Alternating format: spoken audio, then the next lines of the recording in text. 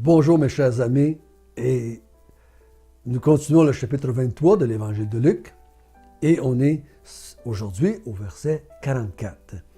Jésus est sur la croix, il a été crucifié, et nous avons vu hier que un des malfaiteurs avait déclaré Jésus non coupable. Il n'a rien fait de mal. C'est les hommes qui ont fait du mal. Les Juifs, Pilate dit qu'il était non coupable. Hérode a dit qu'il était non coupable. Jésus a dit qu'il était non coupable. Le larron dit il n'a rien fait de mal, il n'est pas coupable. Et nous allons voir une autre étape dans la mort de Jésus qui va encore nous amener la même vérité. Lisons le verset 44 jusqu'au verset 49. Il était déjà environ la 6e heure, et il y eut des ténèbres sur toute la terre, jusqu'à la 9e heure. Le soleil s'obscurcit et le voile du temple se déchira par le milieu. Jésus s'écria d'une voix forte, « Père, je remets mon esprit entre tes mains. » Et en disant ces paroles, il expira. Le centenier, voyant ce qui était arrivé, glorifia Dieu et dit, « Certainement, cet homme était juste. » Et tous ceux qui assistaient en foule à ce spectacle, après avoir vu ce qui était arrivé, s'en retournèrent, se frappant la poitrine. Tous ceux de la connaissance de Jésus et les femmes qui l'avaient accompagné depuis la Galilée se tenaient dans l'éloignement et regardaient ce qui se passait. Il se passe des choses assez spéciales pendant que Jésus est sur la croix. Il a été crucifié à la 3e heure. Il faut faire attention, quand vous lisez les évangiles, si vous lisez, mettons, Matthieu, que vous lisez Luc, que vous lisez Jean, les heures ne sont pas les mêmes. Certains auteurs parlent à la façon des Juifs, d'autres à la façon des Romains. Ici, Luc dit que Jésus a été crucifié à la 3e heure et qu'il a commencé à faire noir à la 6e heure, qui veut dire midi. Donc, ailleurs, ils vont dire des fois que Jésus a été crucifié à la 9e heure, puis commencé à faire noir à la 12e heure, ou qu'il va mourir plus tard. Ça dépend si l'auteur utilise la façon de parler des Juifs ou des Romains. Mais ici, c'est du côté juif. Parce que les Juifs comptaient de 6h à 6h le soir et de 6h le soir à 6h du matin. Les Romains, c'était comme nous on fait, de minuit aller à midi et de midi aller à minuit. Donc, c'est dépendamment de la façon qu'on comprend le phénomène. Mais ce qui est arrivé, c'est qu'à partir de midi, il y a eu des ténèbres sur toute la terre. C'est pas une éclipse, là. Même la science pourrait démontrer aujourd'hui qu'il n'y a pas eu d'éclipse, avec la capacité qu'ils ont de retourner en arrière et de calculer. On peut calculer à l'avance quand est-ce qu'on va avoir une éclipse de lune, mais on peut aller en arrière aussi pour voir s'il y en a eu une. Mais c'est pas ça. Il y a eu un phénomène spécial, puis un ténèbre sur toute la terre. C'est pas un ténèbre seulement sur une partie de la terre, comme on voit des fois une éclipse faire. Mais il fait noir sur toute la terre. Qu'est-ce qui a produit cela? Jusqu'à la 9e heure. Donc, entre midi et 3 heures de l'après-midi, il fait complètement noir. Il y eut des ténèbres. Et l'auteur dit, le soleil s'obscurcit. Donc, le soleil est devenu noir. Il n'a plus donné sa lumière d'une façon spéciale. Je n'essaie pas d'expliquer ça d'une façon scientifique, parce que c'est un miracle. Je crois que Dieu a fait cela. Et croyant que Dieu l'a fait, ça nous montre la force et la puissance de Dieu d'être capable d'arrêter le soleil d'éclairer la terre. pendant 3 heures. Ténèbres. Pourquoi est-ce que Dieu a voulu que ce soit ainsi? Je crois que c'est Dieu qui manifeste, qui se retirait. Jésus est mourant sur la croix. Jésus, portant les péchés du monde. Jésus mourant, lui qui était non coupable, il meurt sur la croix. Et Dieu se sépare de Jésus. Je crois que ces ténèbres-là, voulues de Dieu, manifestent sa séparation d'avec Jésus. Pendant cette période-là où est-ce qu'il porte les péchés du monde, où est-ce qu'il meurt pour les gens. Je crois qu'il y a une mort spirituelle qui est la séparation d'avec Dieu. Et il y a une mort physique parce qu'il va rendre l'esprit. Donc, je crois que les ténèbres, s'ils manifestent que Dieu s'est éloigné de Jésus. Et après ce temps qui a été fait de noirceur, le voile du temple se déchira par le milieu. Et quand j'étais jeune, j'avais toutes sortes d'images dans ma tête, le voile du temple, le voile du temple. Je ne connaissais rien au temple du temps de Moïse. Le temple, pour moi, je voyais plutôt un temple comme une maison. Et je voyais un voile dessus. Je voyais plutôt comme une espèce de toile qui servait de toit au temple. Ça avait déchiré par le vent. Je ne comprenais pas aussi. Mais l'auteur nous parle ici que dans le temple, chez les Juifs, il y avait un voile entre le lieu saint et le lieu très saint. Le voile empêchait les hommes d'entrer dans la présence de Dieu. Un grand prêtre, une fois par année, avec le sang d'un agneau. Si n'importe qui d'autre rentrait là, il mourrait instantanément. Et le voile marquait, tu n'as pas le droit d'entrer en ma présence. L'homme est pécheur et Dieu est 3 fois saint.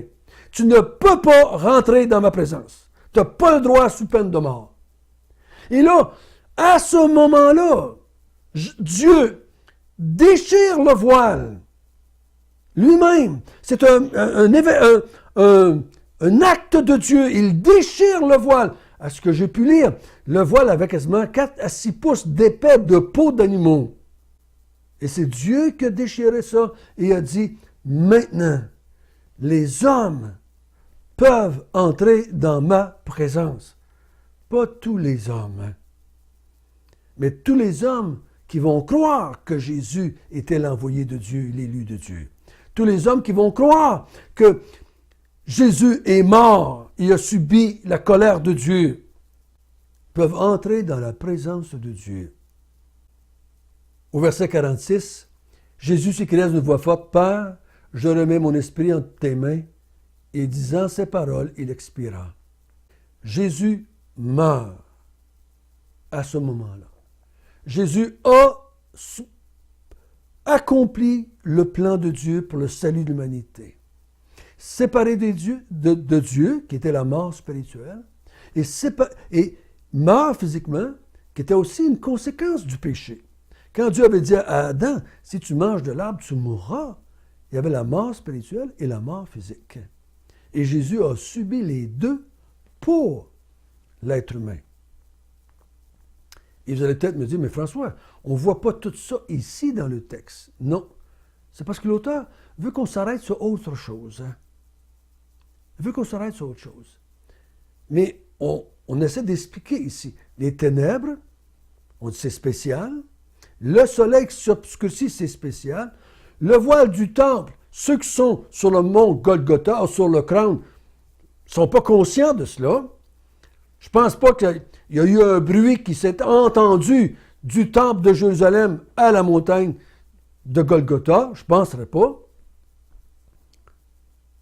C'est par après qu'on a su ça, que c'est arrivé en même temps. Mais ce qui est important, ce que Luc veut qu'on sache, ce que Luc veut que Théophile sache, c'est le verset, je crois, 47.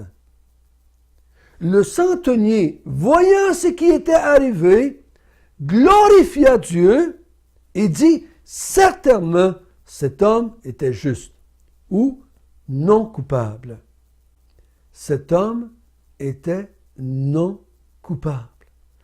Ce qui se passe sur cette montagne, sur cette colline, sur ce mont Golgotha, sur ce crâne, ce qui se passe là pendant les heures de 9 h aller à 3 h de l'après-midi, ce qui se passe là emmène le centenier à déclarer cet homme était juste. Ce qui se passe ici, c'est pas normal. C'est pas normal ce qui se passe ici. Si on pourrait prendre les 4 évangiles et les mettre ensemble, on verrait tous les phénomènes qui se sont passés. Mais Luc lui veut juste qu'on comprenne. Il y a eu des ténèbres, le soleil s'est obscurci, le voile du temple s'est déchiré, et Jésus s'écria d'une voix forte, « Père, je remets mon esprit entre tes mains. » Et il expira. La façon que Jésus meurt et les événements qui entourent sa mort poussent un homme qui, on peut présupposer facilement que ce n'était pas sa première fois qu'il voyait des crucifiés.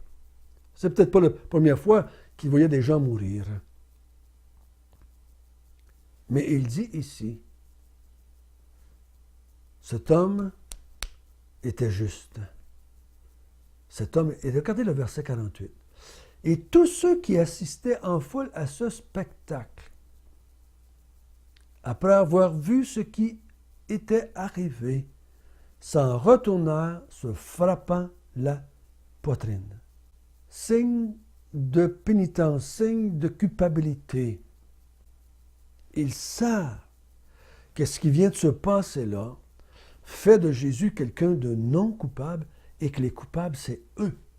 Le centenier, s'il dit que Jésus est juste, il se déclare lui-même coupable. Il a fait mourir un non coupable. Il a crucifié un homme juste.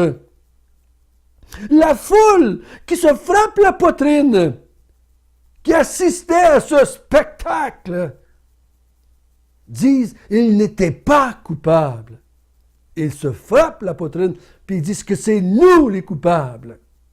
Voyant ce qui était arrivé, ça les pousse à reconnaître la non-culpabilité de Jésus et leur culpabilité.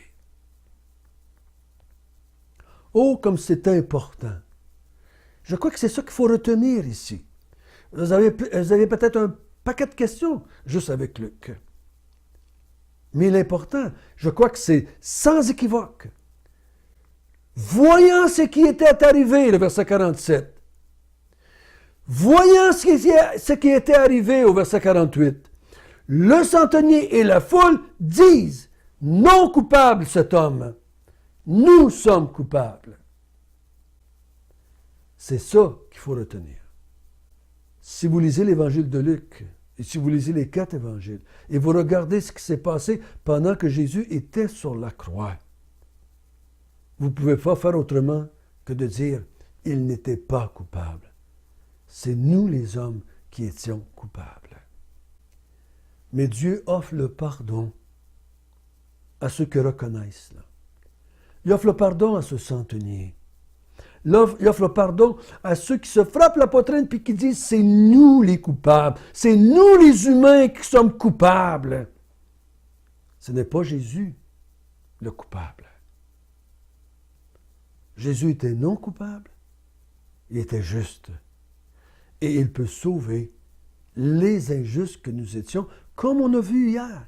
Sauver cet homme à qui il a dit « Aujourd'hui, tu seras avec moi dans le paradis. » Donc Jésus, la même journée qu'il est mort, il a monté au paradis.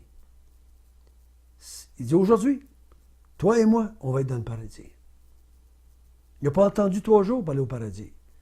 Toi et moi, on va être au paradis aujourd'hui. Comment vois-tu Jésus? Est-ce que tu le déclares non coupable et toi coupable? Si oui, tu peux être pardonné. Tu peux être pardonné. Notre bon Père du ciel, merci. Merci que tu as châtié Jésus. Le châtiment que les hommes ont fait, n'était pas suffisant. Ça a fait partie de cela, mais ça avait été juste là. Mais il y a eu un châtiment beaucoup plus grand. C'est que tu t'es séparé de ton fils, tu t'es éloigné de lui. Et tu as manifesté cela par les ténèbres. Et c'est pour ça qu'il a crié. Il n'a pas crié pendant qu'on le crucifiait. Mais il a crié lorsque tu l'as abandonné, lorsque tu l'as laissé dans les ténèbres. Mais il savait que tu l'accepterais. Il a remis son esprit entre tes mains. Et tu as reçu son esprit. Et tu reçois l'esprit de tous ceux qui veulent croire en lui. Amen.